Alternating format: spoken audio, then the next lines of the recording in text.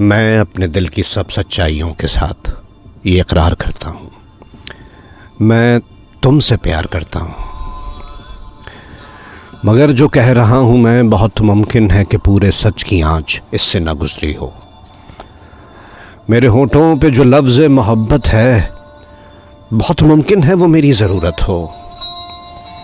मोहब्बत और ज़रूरत अपनी अपनी सरहदों में कैद हैं, दोनों की दुनियाएं अलग हैं। मैं एक दुनिया में हूँ और दूसरी दुनिया के ख्वाब आते हैं आँखों में। अधूरी चाहतें मेरी, अधूरी दास्तां मेरी। मेरे जज्बे अधूरे हैं, मेरी ख्वाहिश के पैमाने अधूरे हैं। मोहब्बत के मेरे होंठों पे अफसाने अधूरे हैं।